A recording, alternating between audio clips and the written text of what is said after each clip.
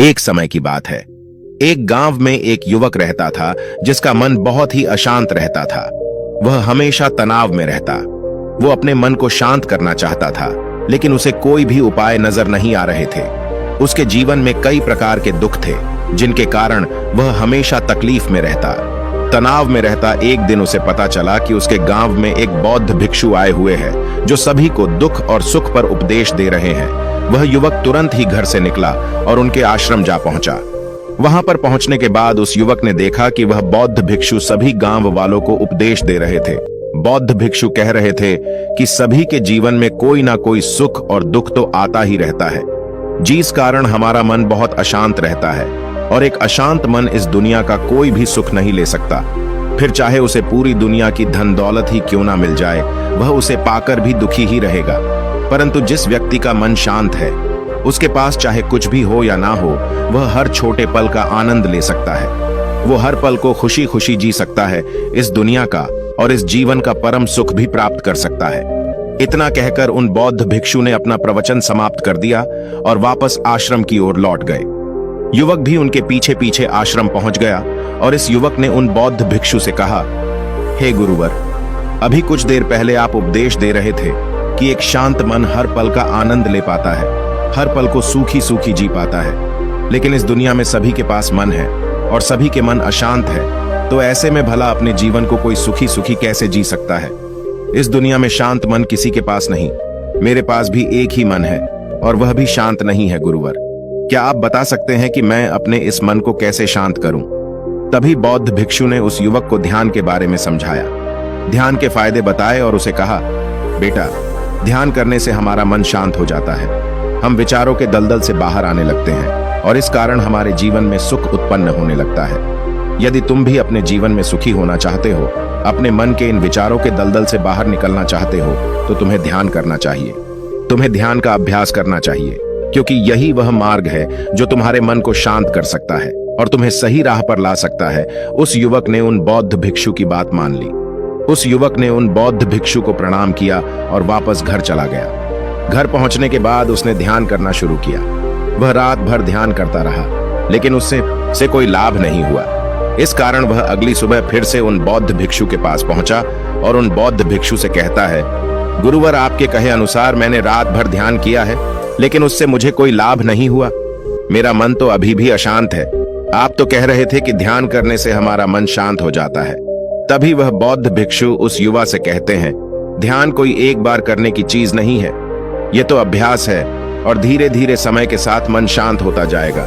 इस पर वह युवक कहता है, हे गुरुवर, मेरे पास इतना समय नहीं है। मुझे कोई ऐसा मार्ग बताइए जिससे जल्दी जल्दी मेरा मन शांत हो जाए और मैं खुशी खुशी अपना जीवन जीने लग जाऊं। ऐसे तो मेरा बहुत समय बर्बाद हो जाएगा।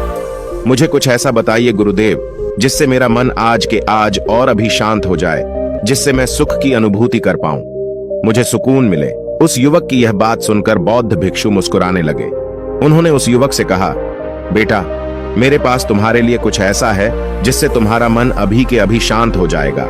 इतना कहकर वह बौद्ध भिक्षु अपने आश्रम में गए और अंदर से एक घड़ा लेकर आए और उस युवक को थमाते हुए कहते हैं, जाओ और पास की बह रही उस नदी से इस घड़े में पानी भरकर लाओ। उन बौद्ध भिक्षु के इतना कहने के बाद उस युवक ने वह घड़ा हाथ में ले लिया और नदी की तरफ जाने लगा।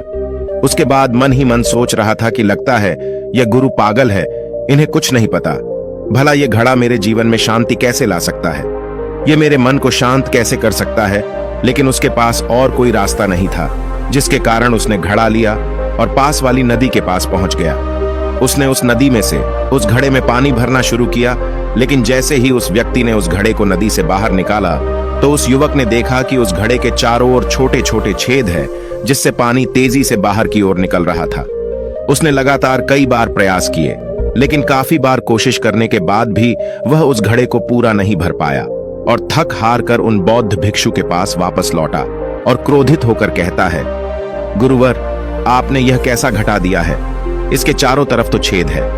भला मैं इसमें पानी कैसे भरकर ला सकता हूं? जब भी मैं पानी भरता हूं, इस घड़े के छेदों से सारे पानी बाहर निकल जाते हैं। इस घड़े को मैं पूरा नहीं भर सकता। तभी वह बौद्ध भिक्षु उस युवक को शांत कराते हुए कहते हैं, बेटा, शांत हो जाओ। तुम्हें तुम्हारे प्रश्न का जवाब ही तो दे रहा हूं, और यदि तुम क्रोधित अवस्था में इस जवाब को सुनोगे तो इस समझना तुम्हारे लिए मुश्किल हो जाएगा।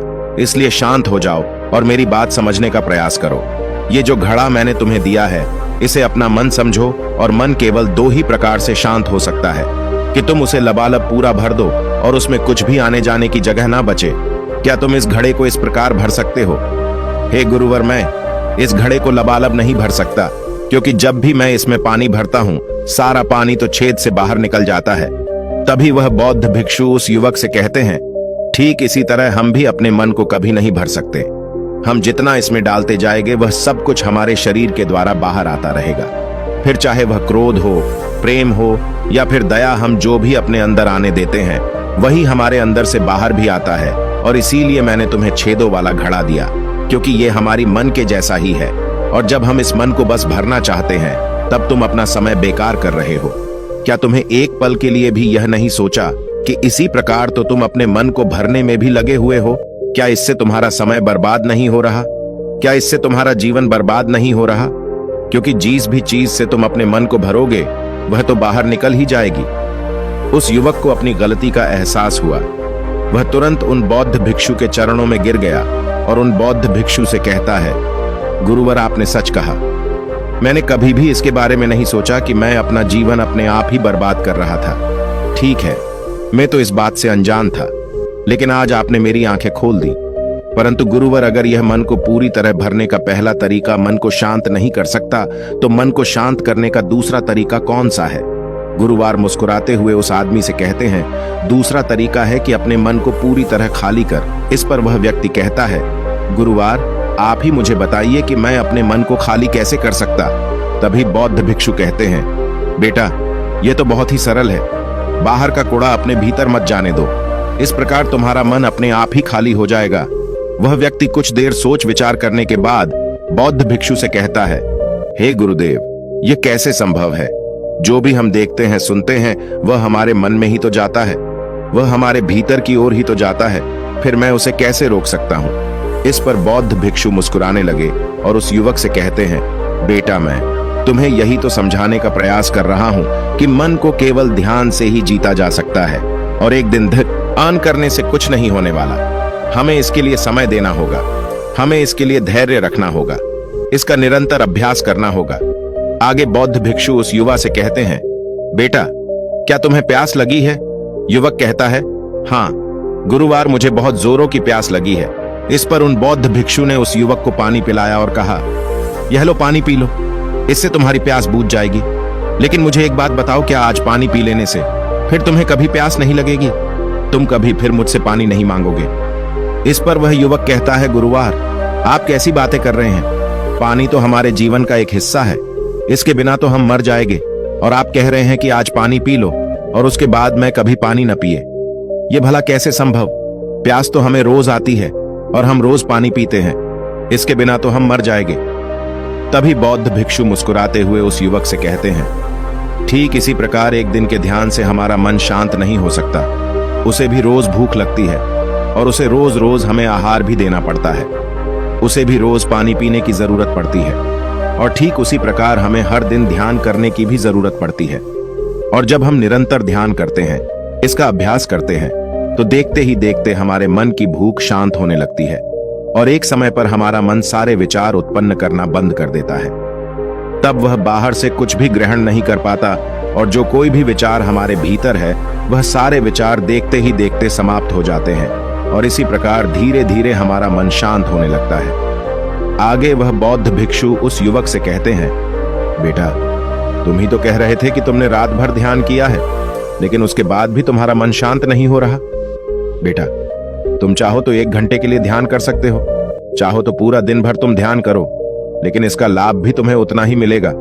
अर्थात मान लो तुम 1 दिन के लिए ध्यान करते हो, तो इससे तुम्हारे मन को भी शांति केवल कुछ समय के लिए ही मिलेगी। यह हो सकता है कि वह 1 घंटे के लिए शांत रहे, या फिर केवल कुछ क्षणों के लिए, लेकिन वह शांत अवश्य होगा। लेकिन जैसे ही उसे फिर से भूख लगेगी, वह फिर से अशांत हो जाएगा और फिर से यहाँ वहां भागने लगेगा, और वह अपने विचारों की तलाश में आगे बढ़ेगा, क्योंकि उसे भी तो भूख लगी है, उसे भी तो खाना चाहिए, उसे भी तो पानी चाहिए।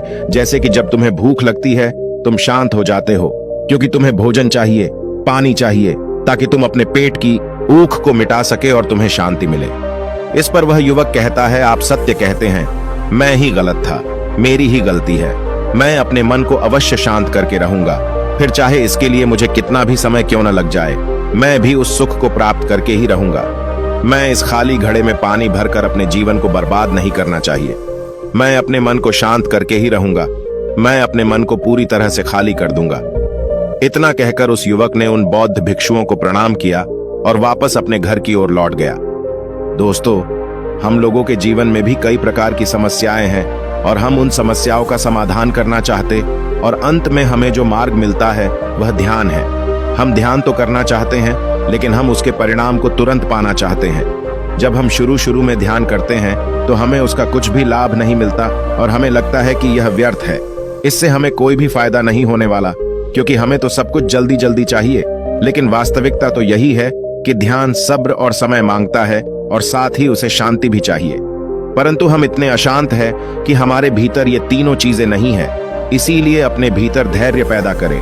जब आपके भीतर धैर्य पैदा होगा तभी आप सब्र, समय और शांति के महत्व को समझ पाएंगे और फिर आपका समय चाहे कैसा भी क्यों ना चल रहा हो, आप हर समय खुश रहना सीख जाएंगे। अगर आपका मन अशांत है तो यह किसी और के हाथों में नहीं है कि वह आपके मन को शांत कर सके। यह तो आपके हाथों में है कि आप अपने मन को किस प्रकार और कितनी देर तक के लिए शांत कर सकते हैं। दोस्तों, आपने आज के इस वीडियो से क्या सीखा वह मुझे आप कमेंट में बता सकते हैं। इसी के साथ मुझे उम्मीद है कि आपको आज की वीडियो पसंद आई होगी। तो इस वीडियो को उस इंसान को शेयर करें और उसी के ठीक बाद चैनल को सब्सक्राइब करें। तो चलिए फिर मिलते हैं ऐसी एक और नई वीडियो में। तब तक के लिए अपना ख्याल रखें। धन्यवाद।